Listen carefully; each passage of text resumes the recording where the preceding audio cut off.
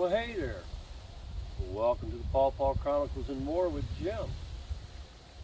Well, recently I did an assessment on NC1, and I just did one on overleas of what it is that I see. And it's something that I wanted to share with you. And I'm looking at different varieties. And I've gotten to that stage where I can really look at those varieties more closely. This one right here has been shared with you time and time again, and it's the sunflower. Excuse me. And I wanted to talk about flower sets.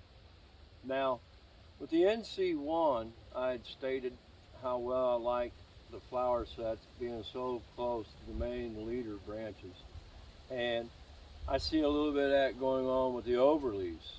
And as I stated, overleaves is half, or NC1 is half overleaves. The other half Davis, as I stated before. That being said, now the flower buds that I'm looking at in this tree right here, which, like I said, is a sunflower, the flower buds are carried way out here. That flower bud,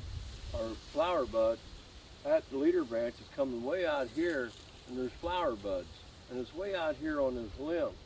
You know, whenever the fruit begins to develop, that limb is going to start weighing down. So when it comes out here, I'm not going to allow fruit to develop out here on this limb.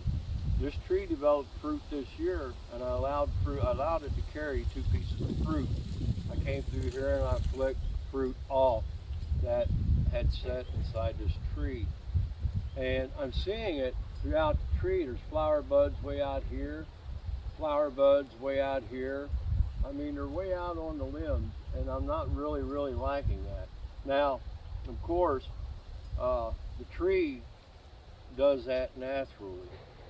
But now, when I'm looking at the tree, like right here, I'm looking here, and there's 2 flower buds out here. But I believe that tree, if I allow fruit to develop on these smaller twigs, it can handle that weight.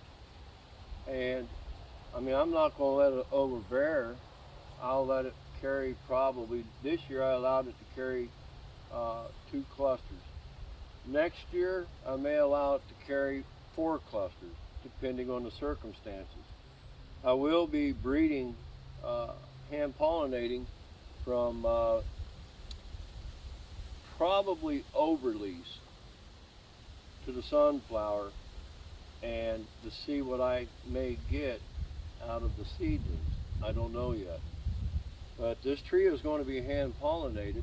And then once I hand pollinate it, I will protect that flower head from any insects getting in there. I have netting to do that with, and I have all winter long to get my netting set up. Like out here, this was a branch that I grafted last year. I think it's good to go for this year. It's handled strong winds and everything. We had a tornado 2 miles west of the property here, and they didn't break out. And there's another one that I grafted last year. Like this little twig right here, there's flower bud, flower bud, flower bud on the smaller twigs. And I'll probably allow maybe a cluster of fruit on each one of these limbs just to see if it can handle it. I think it can, as long as I stay close to where the graft took place. This one here I may not allow it because it's a good 7 inches or so away from where the graft was. Now this one right here, the graft is only about 2 inches away. That could possibly carry. This branch right here, by the way, the pistil from the fruit, I just took off this branch, and it was a small branch. It had a flower set, and I allowed it to produce. And there's another one. It was a small branch. It had a flower set, and I allowed it to produce. So we'll see what happens next year. It's going to be interesting. Like right here, this limb right here, if it's wanting to produce the flower, I probably will allow fruit to rest on that. However, I would not allow fruit to come way up here.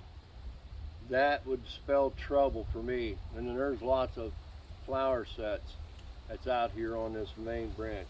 I would not allow that to happen. Just something that I want to share with you. Pawpaws, amazing little trees to work with. Anyways, my name's Jim. If you like what you see, subscribe. Don't forget to click on that bell for notifications. Any comments or questions that you may have, I welcome. Y'all have a God bless day.